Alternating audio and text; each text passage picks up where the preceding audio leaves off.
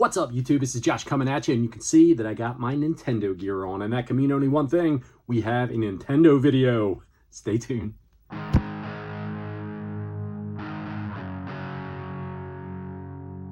So welcome back, you guys. So like I said, you can see I've got my gear on, and that can mean only one thing. It's time for an original Nintendo video. Now, the gentleman you see on the screen behind us back here, back in the day gamer, he has did a few videos over the past few weeks. By the time I get this out, it'll probably be 3-4 weeks ago that he put the video out behind us. And that was the 10 most expensive games in his original Nintendo collection. So he and I were talking in the comments for this video and a couple of the other Nintendo pricing videos that he has did recently, and they've been very good. So if you guys have not checked these videos out that he's put out, definitely go over and check his channel out. This guy behind us, he's just entertaining. He's just got an entertaining personality. It's just cool to watch, and he does a nice job with these videos that he's doing right here. So we were talking about things in the comments, and he said, hey, I'd like to see your 10 most expensive games that you have in your original Nintendo collection. He's a little bit ahead of me in his collection. He's at, I think, 600 plus that he has, and I'm like 500 plus. So I'm a good ways behind him still, but I've got a couple of good dingers right here for us in the from my collection to show off. The beer we have, before we jump into that though, this one comes to us from my favorite brewery, as I've said a million times. And somebody made a comment that I may as well be working for them, and who knows, maybe one day we'll work something out. But this is the Hands Off. This right here is a Butterfinger Milk Stout. Comes to us from Brewery Fire in Taneytown, Maryland. This one comes in at 4.5%, and this one is super tasty. It just released from, at the time I'm recording this, released just like about 3 days ago. So I actually had a sneak peek of it, a taste of it that they gave us the night before it released, because I happened to be up there that night, and it's most excellent. If you like stouts, you will love this one. It's got enough of a sweet tinge to it, very chocolatey, very, very chocolatey, very tasty, and cleverly named as well. So if you guys are in that Taneytown, Maryland area, if you are in that area, you better hit me up, because we'll get together and check out a couple brews together. So, slurp, slurp. The 10 most expensive games in my original Nintendo collection. So I hit up price charting, got the breakdown to see which ones were the most expensive. I've had a few of these are recent pickups, I guess you'd say, over the past few months, and then a few of them I've had for a while. So we'll start off with the 10th game.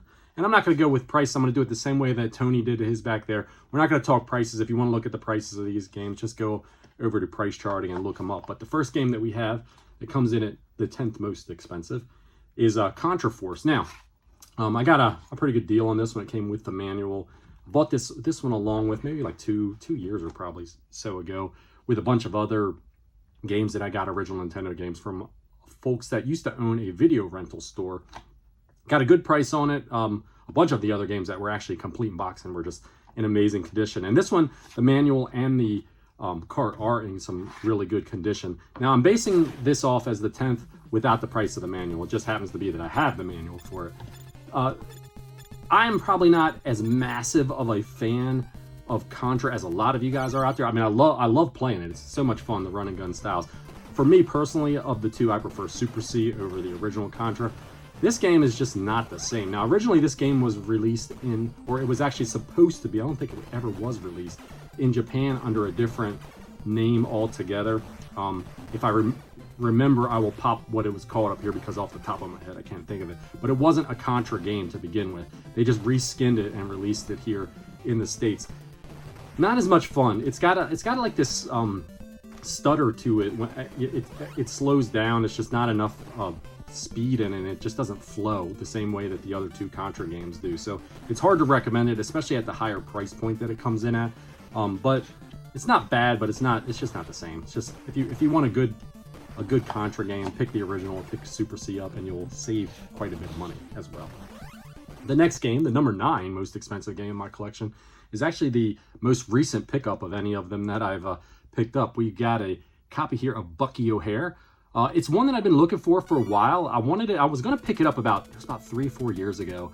I saw a copy of it, and for what they wanted for it at the time, I was like, oh man, do I want to grab this up? And I just passed on it. And I wish I did, because the game has actually just from that point continued to rise up a little bit in price. I still got a pretty good deal on this. I got it from one of my local retro game stores, so pretty happy to get it. Buyo Haare, it's a platformer. Essentially, your compatriots, your crew has been kidnapped, and you have to go around from planet to planet to planet and save your crew members, and then you can utilize your crew members and their different abilities as you play through the game to defeat the evil forces. Good game, very solid gameplay. Platformer, kind of like a shooting platformer. I mean, you have your weapons that you can shoot as you go around and you climb through and over and up the levels, but you choose which planet you want to visit first and which one of your crew members you want to liberate first, and move on down the line from there. But solid enough. Pretty fun, really, for one of the more expensive games here. Now, this game, I don't know if you'd call this one as much fun. This is number 8 on my list. We have Casino Kid 2. It's a casino game. Essentially, the first game is dirt cheap. You can get it for probably under 10 bucks, I think. This one right here, though, goes for a little bit of coin. I got an excellent deal on it from my friend Megamat21. I'll link his channel in the description below.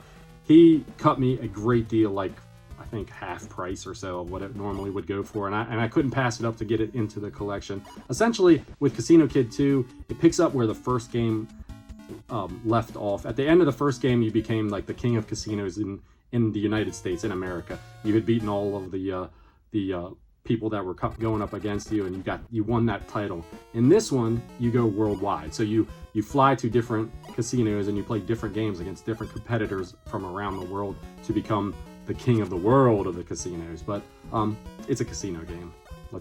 They gave it a plot to try to liven it up a little bit, but it's a casino game. The next one we have on the list is Mega Man 5. I mean, really can't say a whole lot about it. This is just the most expensive of the 6 Mega Man games that are on the original Nintendo, but it's Mega Man. It's just, for me personally, I probably spent more time with Mega Man 2 than any of the other games in the series as a kid. So I really don't have a whole lot that I could tell you that any better about this for the other ones. But it's just, you choose which robot you want to go up against, and work your way through each level. But it's classic Mega Man fun, and glad to have it in the collection. Glad to finally have been able. I completed this one. I got this one through a trade with a friend in the Retro Collective, and I was glad to be able to get it and finish my Mega Man collection off. This one right here, I've had this game longer than any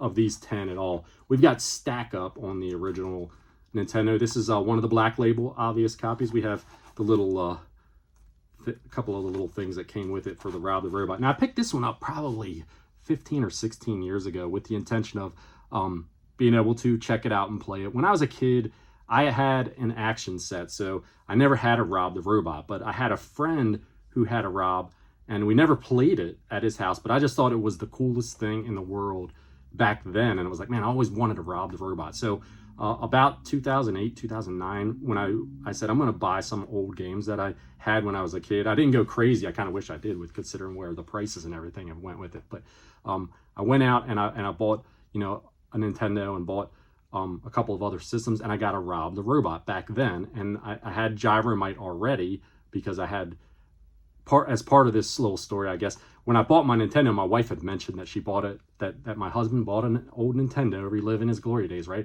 And somebody brought a whole tote of Nintendo games into her at work and just gave them to her. It ended up being like 150 Nintendo games. So that's where I got a large portion of my Nintendo collection back in like 2008, and they were all for free. Gyromite was in it, but Stackup wasn't. And when I was doing a little looking around after I bought the Rob, I was like, which other games were for Rob? And this is the only other game that they made for the Rob the Robot system. With this game, you play as the little doctor guy right here, and you have to jump across this little keypad that makes Rob move different ways, so you can stack up these little colored tokens on the different little there's like little stands that clip onto Rob's base, and he has to move them around. So you have to do that. It's not a whole lot of fun, but it's definitely one. And I think I got this game way back in the day for like $10 or under. It wasn't much, but now this one goes for a few bucks, and I'm glad I don't have to chase that one down.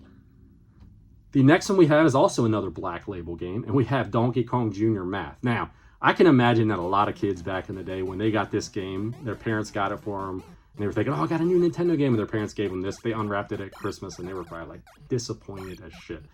It is what it is. You're Donkey Kong Jr. You play head-to-head. Donkey Kong stands at the top of the screen. He throws up a number, and you have to figure out the equations. And if you're playing 2 players, it's 2 little Donkey Kong Juniors, and you have to beat one another to make the correct answer. So you have like a plus minus multiplication and division symbol, and you have a bunch of numbers on the vines, and you have to climb up and go down and grab the plus minus and then work the equation out to get to the number that he wants to. There's also another one where they throw just a problem out, and you have to give the answer to it. So you have to move around the vines to bump it up to the answer. Not much fun at all in this one to be had at all. If you're looking for some fun Donkey Kong Jr., don't bother with this one. And this title has gotten a little bit salty. I can imagine. I think this is actually the most expensive Black Label game for the Nintendo. If you could find the box for it, it's one of those rarities with the box. I'm sure a lot of people just chucked them. Number 4, we have DuckTales 2. Now, you guys, if you watch the channel frequently, you know that I actually just picked this one up last summer. I picked this one up at Southeast Game Exchange. It was one that was on my wish list to find there.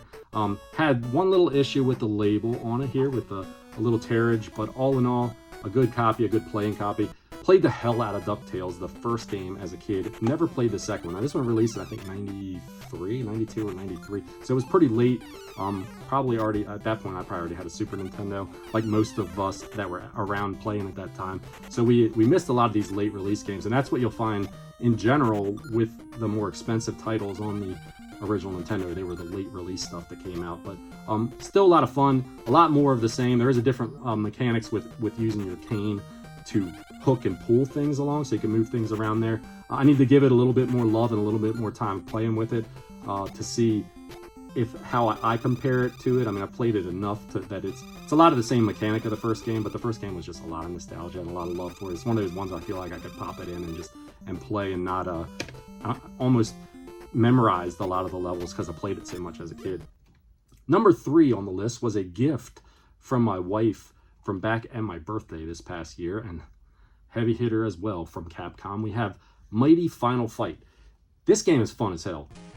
It's a shame that this one is as expensive as it is, but once again, this was a late release, early 90s, like 92, 93, that it released.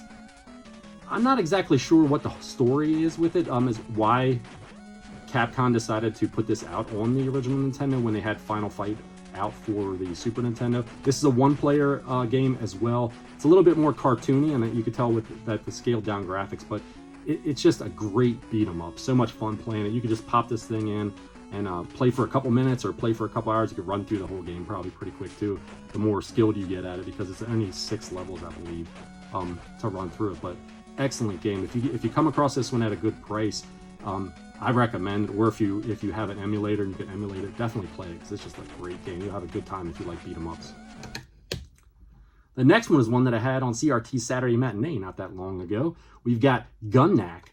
Excellent shooter, really weird, but an excellent shooter. If you guys are interested, I'll card the video. You guys could go back and check out my gameplay of it that I had. But another one that's pretty expensive, pretty salty title to pick up now, but and it's a damn shame as well. So once again, if you can emulate this thing, emulate it. If you like shoot 'em ups, definitely you'll love this one. It's just a great vertical shoot 'em up. I have so much fun every time I put it in and play it. Highly recommended. And the final game that we have on this top 10 most expensive games in my collection for the Nintendo is Bobble Part 2. Now, Bobble Part 2, a little bit more of the same from the original Bobble. I think graphically, it's definitely an improvement. It seems like the controls in this game move a little bit faster than in the original Bobble, but it's just, it's actually a little bit, I think it's a little bit easier than the first game, just my opinion. I mean, I'm not an expert with either of these games by any means. I'm not gonna run through them and beat them or run through a ton of levels with them. I need a lot more practice to get that way. But I think the fact that the first few levels in this seem like they're easier than the first ones in the original Bobble, and you have continue, so you continue with the original Bobble. You didn't have one. Now, unfortunately, I haven't had the opportunity to play either one of these games as co-op, so I can't sucker the kids into playing these with me for whatever reason. But it's definitely a cool game. I don't think this one would be worth the asking price, considering that you could buy the first game and get pretty much the same thing. And the first game's under 20 bucks, like 15, 20 bucks, I think. And this game is running a few $100s for sure. So I can't recommend it for that kind of money. But once again, like any of these games that are on this list, if you have the chance to emulate them and play them, because they're all worth playing. So there you have it, folks. Those are the top 10 most expensive games that I currently have in my original Nintendo collection. If you guys get a chance and you have not seen the videos, please go over and check out Tony and his videos. He does an excellent job with these style of videos, and I'm happy to have been able to do a rebuttal to it. Until next time, everybody, you all take care of yourself out there. Cheers.